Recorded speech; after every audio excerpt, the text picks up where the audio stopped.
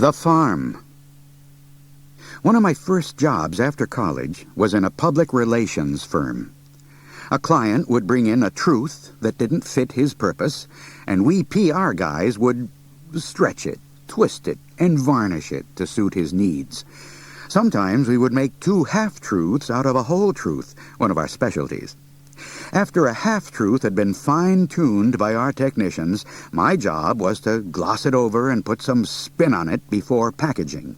The work paid well and there was no heavy lifting. But for some unknown reason, I had trouble sleeping nights. After much soul-searching, I saw there was only one solution to my problem: sleeping pills. "No sleeping pills," Doc Fishbein said. "But, Doc," I countered, "I lie in bed all night with my eyes wide open." "That's because you lie at work all day with your eyes wide open," he replied. "You can't stand the stress. I suggest you get an honest job." "I'll look for something else," I said, "but right now I need the money and I need some sleep. So, how about some sleeping pills?" "No pills," he said. "But I'll tell you what I do when I have trouble sleeping. I fantasize about something pleasant until I drift off to sleep." "That really works?" I said. "How about this?" I told him one of my fantasies. "Not that pleasant," he said. "Now here's my own favorite fantasy for getting to sleep. I imagine that I own this little farm, and I wander about doing various chores. I've always wanted to own a little farm where I could do some hard, honest, manual labor in peace and quiet, with the birds singing and the sun shining. In my fantasy, the birds always sing and the sun always shines." "Gee, I don't know," I said. "I grew up on an actual little farm. I couldn't get away from it fast enough." "Ah, but this is a fantasy farm," Doc said. "Give it a try." Strangely, the idea appealed to me.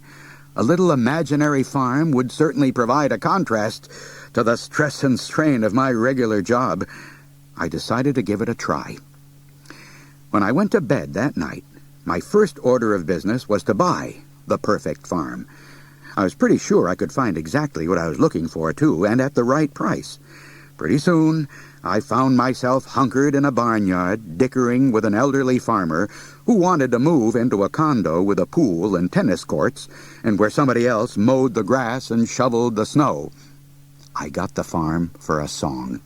Even before we'd signed the final papers, I had drifted off to sleep. The farm had been allowed to deteriorate, and there was plenty of work to do the next night. 20 minutes after going to bed, I had reshingled the barn roof, replaced an old bridge across a picturesque creek, and cut poles in my woodlot, peeled their bark, and built an attractive pole fence around half the property, dropping off to sleep before I could fence the other half. The next night I finished the fence, overhauled a tractor, and renovated the chicken house, after which I slept like a log. By the end of the week, I had planted all my crops and harvested them. I bought a nice Guernsey cow who produced enormous quantities of the richest milk you ever saw, but which was also 100% free of cholesterol. The chicks I bought Wednesday night were full-grown and producing eggs by Friday. I created geese and ducks for the pond I dug and stocked with trout. My pigs lolled happily about in their tidy, odor-free pen. My goats wandered about eating only what they were supposed to, and my sheep sprouted wool so fast they needed shearing every other night. The farm was wonderful. My imaginary labors gave me a pleasant sense of exhaustion and relaxation. I slept like a baby. As with Doc Fishbein's farm, the birds on my farm always sang and the sun always shone. I knew I should imagine an occasional rain for the sake of my crops, but I couldn't bring myself to do it. One night, I noticed the crops had started to wither from lack of moisture. I lay awake for a long while trying to conjure up a rain cloud, but couldn't. I tossed and turned most of the night. The next day, I had trouble keeping my mind on my work and allowed a whole truth to go out unpackaged. My boss was furious.